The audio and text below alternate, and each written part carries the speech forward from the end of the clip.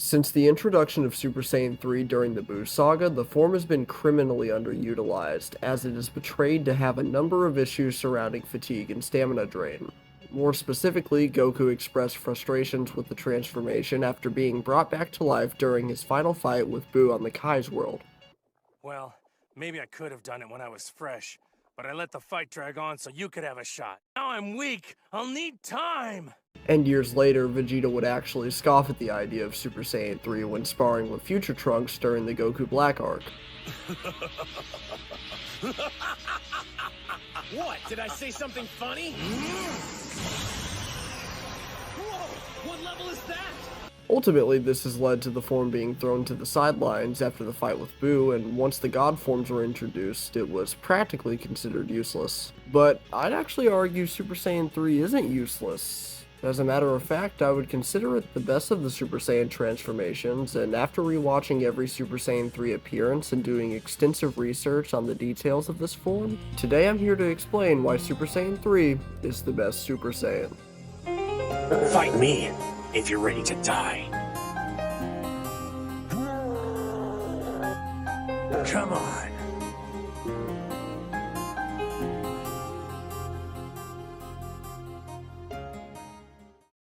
Back when writing the weekly manga for Dragon Ball Z back in 1994, Toriyama did not often plan the story ahead of time, so when manga chapter 474 introduced Goku's new evolution of Super Saiyan, it was pretty unexpected, as not a lot of story beats leading up to this hinted at a new transformation. That being said, just like a Miracle Baby, the fanbase welcomed it with open arms, and it quickly became a fan favorite. Who wouldn't? We're Dragon Ball fans. Transformations are like our favorite thing in the world. The fight with Buu was slightly underwhelming if I'm honest, but still a good display of the transformation. And with that, Super Saiyan 3 was an instant hit. What's not to love? The eyebrows, or lack thereof, makes him look almost primal in a way, and the same with his hair, making him look much bigger, and despite what fans may think, this may very well be the true final evolution of Super Saiyan. But before we get into that, it's important to clarify a few other things first. As the series progressed, it would only ever be obtained by two other characters and utilized only a handful of times. And what's strange is across all these instances, it's hard to find a clear, consistent idea of the form, as while there are a lot of similarities, there are also some strange and sizable differences that make it hard to really understand what Super Saiyan 3 really is. That's why I'm here. To keep it simple, Super Saiyan 3 is just an evolved state of Super Saiyan. Nothing fancy about it other than looks. The only users being Goku, Gotenks, and most recently Vegeta, who finally got his Super Saiyan 3 debut in Dragon Ball Daima. Goku obtained it at some point between the Cell Saga and Buu Saga while training in Otherworld, and even with its grand reveal, I'd actually say it never got its big moment to shine. Apart from Goku's iconic Dragon Fist against Hirudegarn, Super Saiyan 3 is often overshadowed or proven to not be enough. Several times it was used as a way to simply gauge an opponent's strength like he did against Trunks. Then, Buu, Janemba, Trunks, and Goma all outwitted Super Saiyan 3 in some way. This begs the question, why even use the transformation at all? Considering it's so draining and there's stronger alternatives, Super Saiyan 3 is not needed. However, I believe there are a handful of times that suggest otherwise about the viability of Super Saiyan 3. While often portrayed as a form best suited for short burst and powerful attacking, in Daima we see Vegeta use it for the first time, and there's no real mention or sign of this aforementioned stamina drain. At least no more than any other transformation has. Yes, he gets winded when fighting Goma, but I attribute that to just natural stamina drain and not something to do specifically with the transformation itself. But that's weird. This takes place right after the Buu Saga, so it's not like there's been much time for him to unlock, let alone perfect the form to prevent ki drain already, like they would later do for the God forms. Looking back at Gotenks' fight with Buu, it's almost like he gets stronger and stronger while using Super Saiyan 3.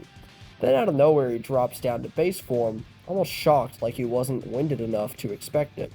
So what's the deal? Almost every other instance of this form has been a joke. Beerus flicked Goku out of Super Saiyan 3. He later used it briefly to spar against Trunks, and finally in the Tournament of Power just to show off. Super Saiyan 3 is strong, we know this, obviously stronger than 1 and 2, but it was introduced at a weird time, right as Dragon Ball was heading towards what was supposed to be the end of the series as a whole with the Buu Saga. At the time of Super Saiyan 3's creation, they weren't thinking, how can we make this fit long term? and thus it now stands as something that gets shown off once in a while as a kinda, hey, don't forget about this. The big problem with Super Saiyan 3 is everyone loves it, but it doesn't really have a place anymore. The God forms came around and they took the spotlight, and that was the path that Goku and Vegeta continued to go down, not really looking back except for Goku's more recent ability to use Ultra Instinct in his other forms. You probably remember earlier when I said Super Saiyan 3 is the final evolution of Super Saiyan.